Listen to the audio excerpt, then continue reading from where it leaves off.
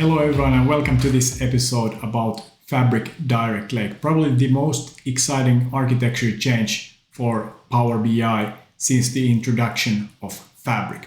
So if you're not familiar with DirectLake, let's go through that really quickly. So historically, Power BI has had exactly two modes. So one of these two things has always happened at some point of your end-to-end data pipeline. So either the traditional import mode, in which case you're loading all the data into your semantic model for the Power BI.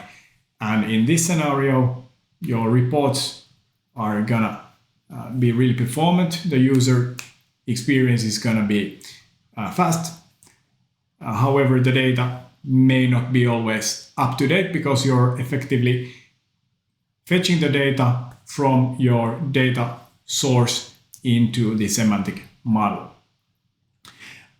If you want your data to be up to date, you're using DirectQuery mode, in which case none of the data is actually stored in the semantic model. Instead, semantic model sends the query into your backend in this diagram, lakehouse or warehouse, and then gets the result set back and visualizes that for you in real time. So obviously that means that your report data is always going to be up to date, but on the other hand, the user experience is not going to be as snappy due to the fact that it takes a little more time to run the query for the backend server and for that query to execute and getting the result set back. So both of these options have their pros and cons, and thus Microsoft has announced the DirectLake mode, in which case the semantic model directly queries the Delta Lake tables in one lake right now. And that actually has two different ways that you might get your results set back in. So either in an actual DirectLake mode, so actually getting the data directly from those Delta Lake tables in one lake, but in some scenarios, semantic model may actually fall back to something called DirectQuery mode, in which case there is an execution engine between the semantic model and the Delta Lake tables. So we're gonna compare right now the two different options here and see what's the performance between DirectLake mode and, on the other hand, the DirectQuery option. So let's have a look. So what I have here is a single table that I've actually prepared for this one. This one contains data from domestic flights in the US. So I have a little over 1.2 billion rows. Not that much, but a reasonable amount of data to do some performance testing. And this is how the table actually looks like. And what I have also prepared is a semantic model that contains basically nothing else but that specific table. Now, to do the performance testing, to try out the Delta Lake and the DirectLake mode, we'll need to do some configuration to reliably test it. So let's open up tabular model and connect to that database.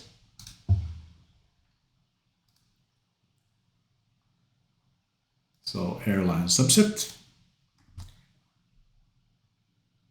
like so. And here what we want to do is change the DirectLake behavior. So there are two modes: the automatic mode, in which it may fall back to DirectQuery mode from DirectLake mode, and the DirectLake mode obviously using the DirectLake, but in case it's unable to execute the query, you will get an error message back, and obviously with the DirectQuery only mode you will get DirectQuery results.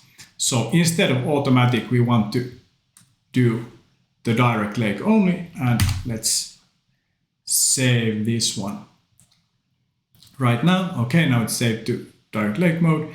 And let's open up the Power BI and connect to that dataset. So Data Hub, Power BI, semantic models, and here's my airline subset. So let's connect to that one. All right, now we're connected, so we can get started and create a simple report out of this. So let's take the unique carrier and the cancelled flights. So what we can see now was that it wanted to fail back to the direct query mode, but obviously the setting that I just did means that that won't be happening. But here's what we wanted to visualize. And let's go to optimize, performance analyzer, start recording. And can close those ones. Let's make that one slightly bigger. Let's clear this one, refresh the visual. What you can see right now is that we're getting pretty decent results. So on average, the DirectLake mode takes just over 100 milliseconds for these 1.2 billion rows to be aggregated to display the visualization on the screen. And as a comparison, what we can do is we can, of course, go back to